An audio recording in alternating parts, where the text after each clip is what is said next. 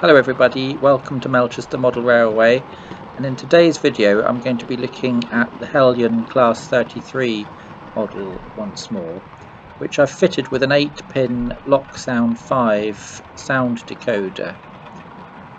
It's fitted with the Jamie Goodman sound file as supplied by Roads and Rails.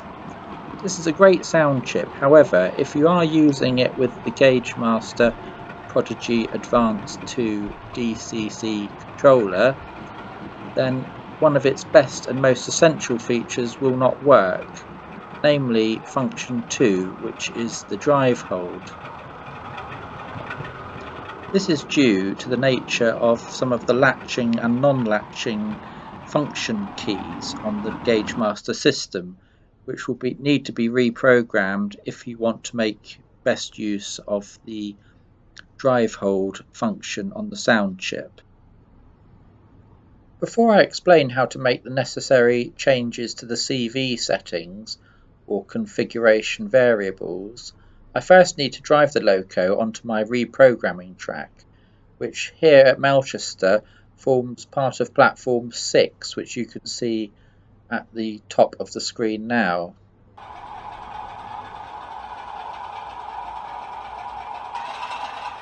So for those of you that are unfamiliar with the drive hold function, what it allows you to do is to notch up or down the throttle independently of the locomotive speed.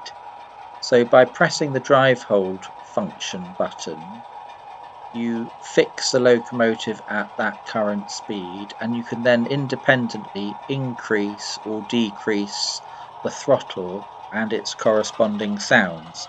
So you can use this to simulate the sound of a locomotive departing a station with a heavy train, or the sound of the locomotive throttle being reduced and put into idle mode as it's about to start coasting, perhaps on the approach to a station, or before slowing down and braking.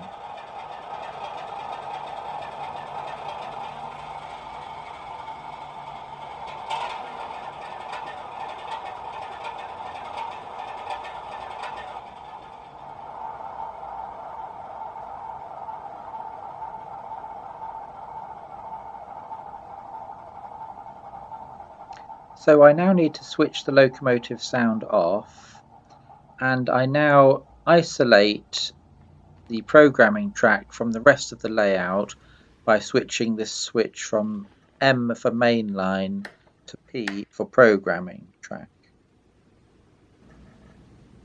If you want to incorporate your programming track into your main layout, as I've done here, this is the only section of isolated track that you'll need on a DCC controlled layout.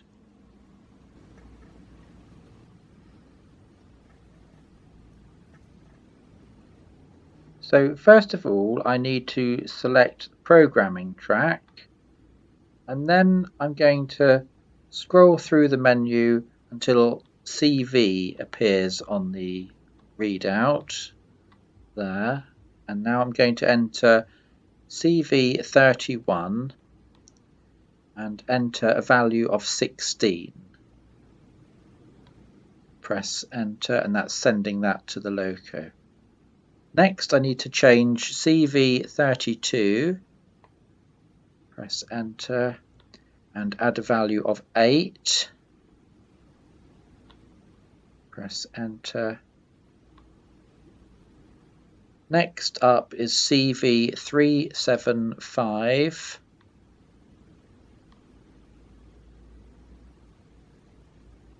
and then I'm going to enter a value of 128, press enter, and then the last one, CV471, and enter a value of 2. And those are all the changes that you need to make in order to switch over the drive hold function, which will now operate on function 8 instead of 2. And the horn sound has now been allocated to function 2. Switch the programming track back to main line, and now I can press 1 and start up the locomotive once more.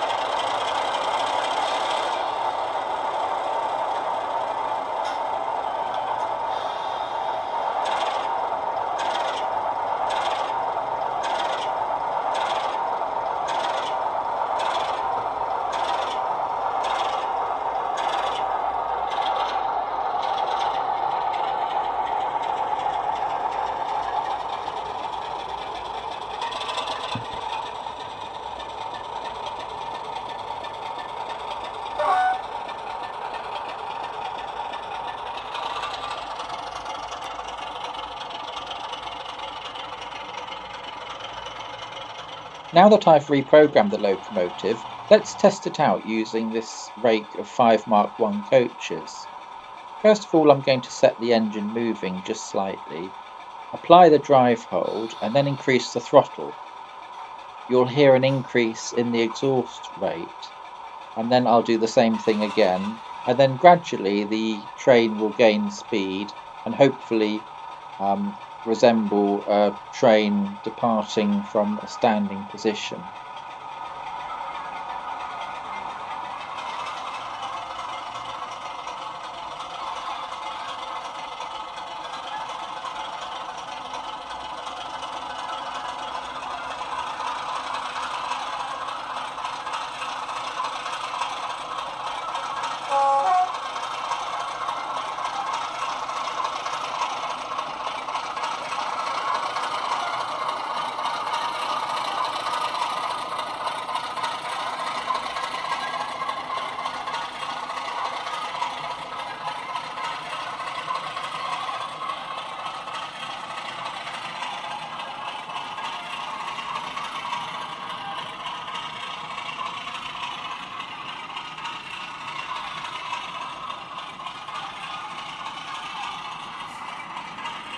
Now, with the train travelling at some speed, I now drop the throttle entirely, putting the engine into idle mode as it continues to coast around the layout, giving the impression that it's no longer under power.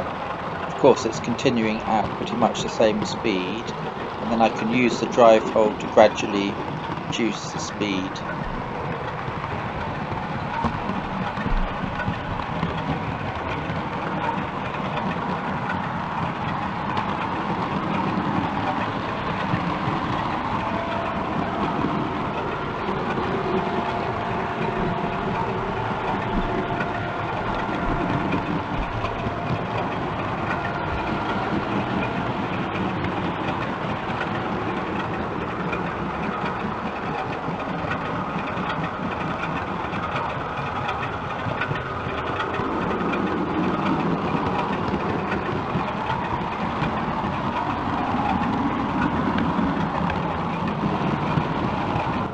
Now, having coasted for some considerable distance around the layout, I'm now going to increase the throttle once again, and the locomotive will gradually pick up speed.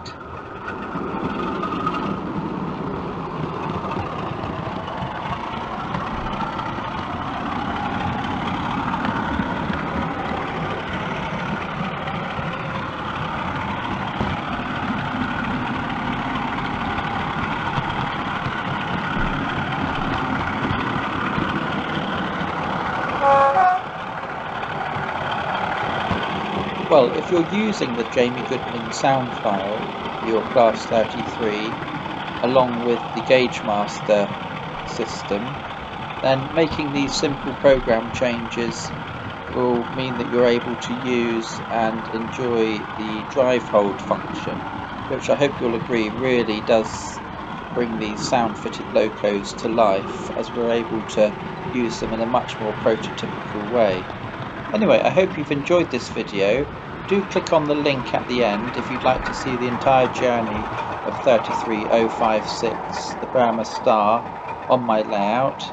And until next time, thanks for watching and bye for now.